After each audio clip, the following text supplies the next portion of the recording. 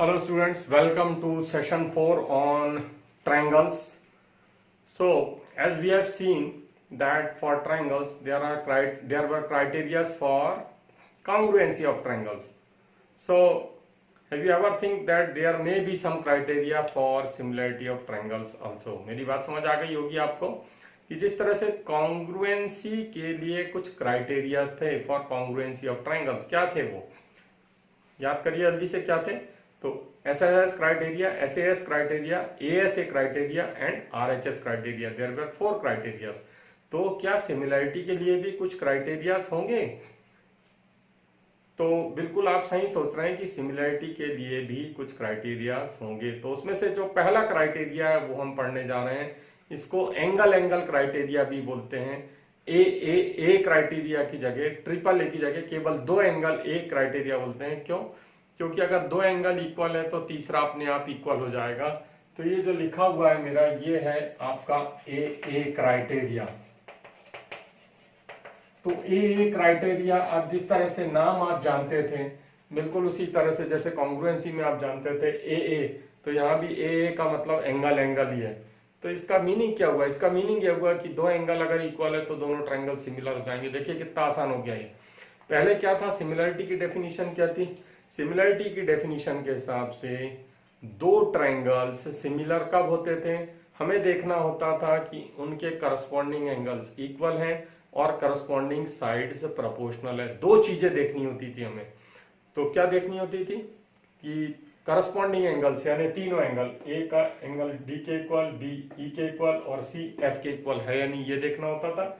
और साथ ही साथ ये देखना होता था कि जो रेशो है वो इक्वल आ रहा है कि नहीं। कौन सा ratio? A B upon D is equal to B C upon E F is equal to A C upon D F. ये तीनों रेशो अगर इक्वल आते थे और एंगल्स भी इक्वल आते थे तो हम बोलते थे कि ट्रायंगल्स सिमिलर हैं। तो अभी क्या 2 एंगल्स के बेस पे डिसाइड हो जाएगा क्या? तो देखते हैं तेजी से इसका प्रूफ। हालांकि एग्जामिनेशन पॉइंट ऑफ व्यू से इंपॉर्टेंट नहीं है लेकिन कंसेप्चुअल है, बेसिक है, इसलिए मैंने इसका प्रूफ यहाँ दिया हुआ है। तो आप इसको देखिएगा जरूर, भले एग्जामिनेशन में इसको तैयार मत करिए आप। तो देखिए, in 2 triangles, if in 2 triangles corresponding angles are equal, तो ये बोल रहा है देन, तो देन के बाद वाला पार्ट जो है आपका क्या होगा, वो प्रूफ होगा। तो गिवन क्या है? तो in triangle A B C and triangle D E F, angle A is equal to angle D, angle B is equal to angle E and angle C is equal to angle F. तो ये given है आपको कि corresponding angles जो है equal है। तो मैंने करस्पॉन्डिंग एंगल्स ए को डी के इक्वल, बी को ई के इक्वल और सी को एफ के इक्वल ले लिया। अभी यहां क्या करना है मुझे? To prove that. क्या प्रूफ करना है? तो आगे पढ़ लेते हैं। Then there corresponding sides are in the same ratio. तो करस्पॉन्डिंग साइड्स सेम रेशो में आएगी बोल रहा है, और करस्पॉन्डिंग साइड सेम रेशो में आ गई तो दोनों ट्रायंगल्स क्या होंगे? सिमिलर हो जाएंगे। तो क्या प्रूफ करना है हमें? हमें प्रूफ करना है triangle A B C similar to triangle D E F, ये प्रूफ करना है। लेकिन साथ ही साथ क्या बोल रहा था कि करस्पॉन्डिंग साइड सेम रेशो में आ जाएगी। तो वो भी मैं लिख देता हूं कि ए बी अपॉन डी। तो इसको डायरेक्ट आप पहला वाला ट्रायंगल लिख लीजिए, ए बी बी सी ए सी। तो ये क्या हो जाएगा?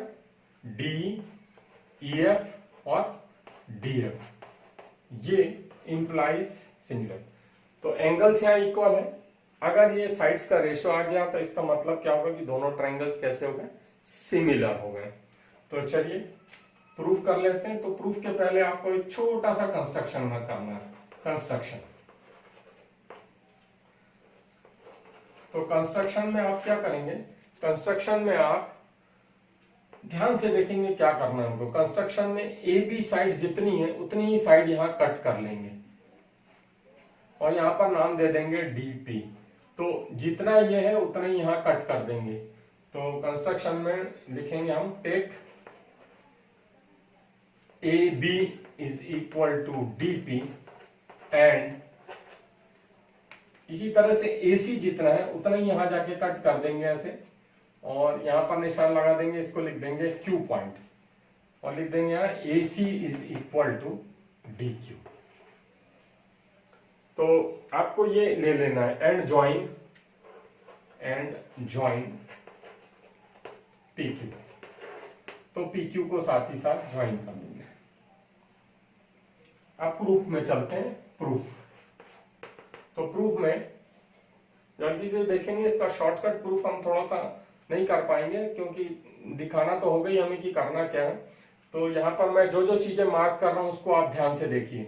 तो मैं पहले मार्क कर देता हूं कि गिवन क्या था गिवन, एंगल ए था डी के इक्वल, एंगल बी था ई के इक्वल, ये गिवन है।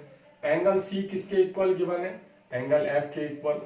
तो अगर दो एंगल इक्वल है तो तीसरा तो अपने आप इक्वल हो ही जाता है, तो उसके बारे में हमें नहीं सोचना है। दो एंगल इक्वल है तो तीसरा तो हो ही जाएगा इक्वल। अभी आप देखिए ये वाली साइड ए बी के इक्वल हमने क्या कट किया है, डीपी, और एसी के इक्वल क्या कट किया है, डीक्यू कट किया है। तो जरा अब ये ऊपर वाले जो ट्रायंगल्स हैं, ट्रायंगल ए बी सी और ट्रायंगल डी पी क्यू को देख लीजिए आप, क्या है ये दो ट्रायंगल्स में। तो मैं यहाँ शॉर्टकट में दिख रहा हूँ, जरा जल्दी से देख लीजिए। ए बी किसके इक्वल है, A B is equal to D P है, तो ये एक साइड हो गई। एंगल ए किसके इक्वल है, एंगल ए इक्वल है एंगल डी के, और ए सी किसके इक्वल है, ए सी इज इक्वल है डी क्यू के। तो ये साइड, ये एंगल, ये साइड। आपने क्या किया था, कॉन्ग्रुएंसी याद आ गई होगी आपको कि अरे ये तो कॉन्ग्रुएंसी है। तो ये दोनों ट्रायंगल्स कैसे हो जाएंगे, कॉन्ग्रुएंट हो जाएंगे। कौन से, एबीसी और डीपीक्यू।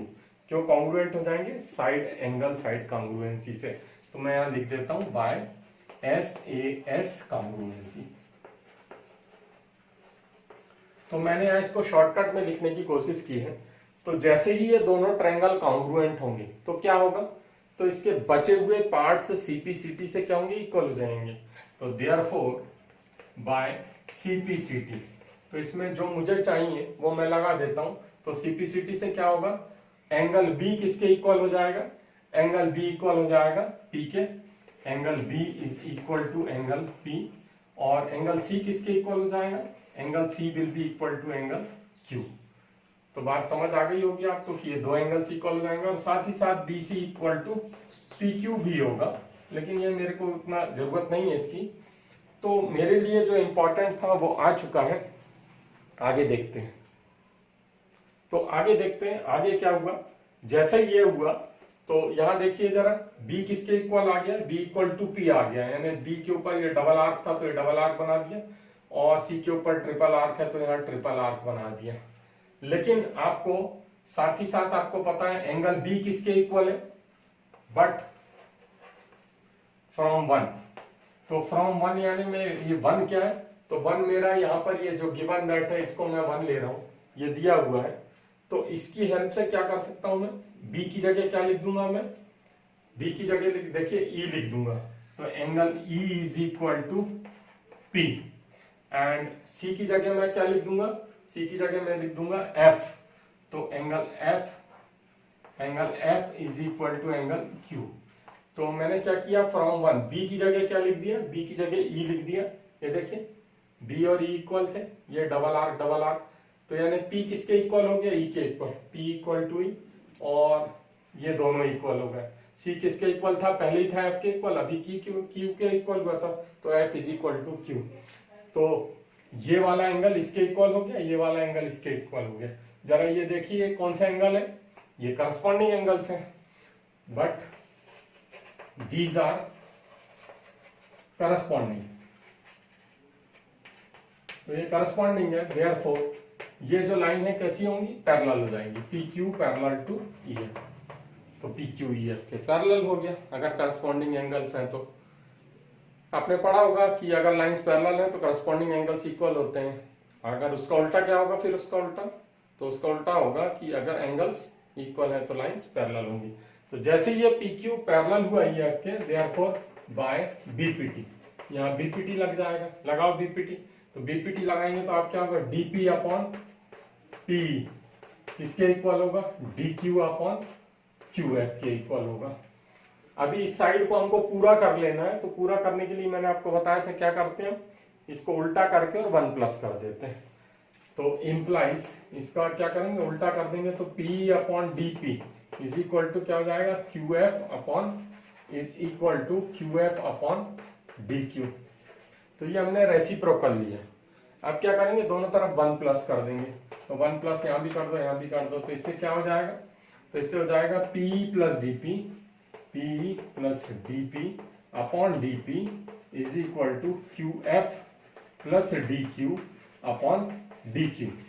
तो P प्लस डी पी कितना हुआ, P E plus D P, ये कितना हुआ, पूरा हुआ side D upon D P is equal to, इधर क्या हुआ, Q F plus D F, Q F plus D Q, तो ये हो गया D F upon D Q.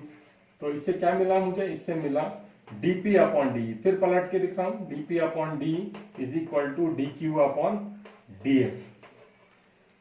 तो ये मिल गया मुझे। लेकिन dp साइड किसके इक्वल है, जरा देखिए अच्छे से। आपने कंस्ट्रक्शन में क्या लिया था, dp किसके इक्वल है, ab के इक्वल है।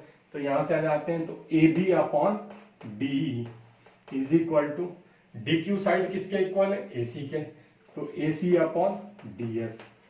तो ये मेरे काम की चीज मिली क्या, तो देख लो यहाँ पर A B upon D is equal to क्या है, A C upon D F. ये दो चीजें मिल गई मुझे, तो ये मेरे लिए यही चीज काम की थी। इसी तरह से मैं क्या कर सकता हूं, मैं ये दो साइड में रिलेशन बता सकता हूं। ये दो साइड में रिलेशन बताऊंगा तो कैसा आएगा रिलेशन, रिलेशन आएगा A B upon D is equal to B C upon E F. तो ये सिमिलरली करके लिखेंगे, तो सिमिलरली क्या आएगा, A B upon D is equal to क्या आएगा, A B upon D is equal to क्या आएगा, B C upon E F. ये कब आएगा, जैसे अभी हमने प्रूफ किया था, ऐसा का ऐसे ही प्रूफ करने के लिए अगर मैं ये वाला पार्ट यहां कट करूं, ठीक है, और ये वाला पार्ट इधर कट करूं और यहां से ऐसे ज्वाइन करूं, यहां से इस तरह से ज्वाइन करूं, तो क्या होगा, ये दो साइड जहां पर ये लाइन ज्वाइन होगी, जैसे ये लाइन ज्वाइन हुई थी, तो डी और डी एफ, यहाँ डी और डी एफ में रिलेशन आया था।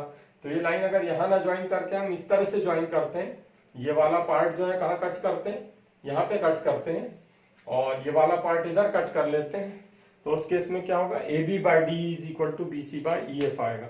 तो तीनों को इक्वल कर दीजिए, तो आपकी क्या आएगी वैल्यू, आपकी ये वाली वैल्यू आ जाएगी कि तीनों रेशोज इक्वल हो गए।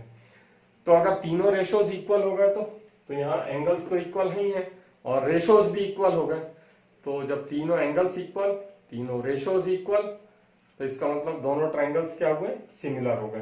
तो अब हमारे पास कुछ रह नहीं गया, हम सिंपली बोलेंगे hence triangle A B C similar to triangle D E F. तो फाइनली आपका रिजल्ट क्या हुआ, रिजल्ट आपका स्टेटमेंट यह है कि अगर किसी दो ट्रायंगल्स में करस्पॉन्डिंग एंगल्स इक्वल है तो वो फिर सिमिलर हो जाएंगे। तो अब इसको जब हम क्वेश्चन में यूज करेंगे तो क्या करेंगे, तो क्वेश्चन में हम केवल ये देखेंगे आपसे क्या कि दो एंगल्स इक्वल है क्या, तो दो एंगल्स इक्वल है तो हम डायरेक्ट बोल देंगे कि वो सिमिलर है, हो गई सिमिलर, क्योंकि वो आपने यहाँ पर जनरल उसका जो है प्रेजेंटेशन या जनरल प्रूफ यहाँ पर देख लिया कि अगर दो एंगल्स इक्वल होंगे तो क्या होगा, दोनों ट्रायंगल्स जो है वो सिमिलर हो जाएंगे। तो इसका हम एप्लीकेशन बाद में देखेंगे। अभी हमारे पास दो और क्राइटेरियाज हैं, टोटल 3 क्राइटेरियाज हैं, तो पहले हम वो पढ़ लेंगे और उसके बाद जो हम इसका प्रूफ देखेंगे। तो नेक्स्ट वीडियो में हम नेक्स्ट क्राइटेरिया देखेंगे इसका।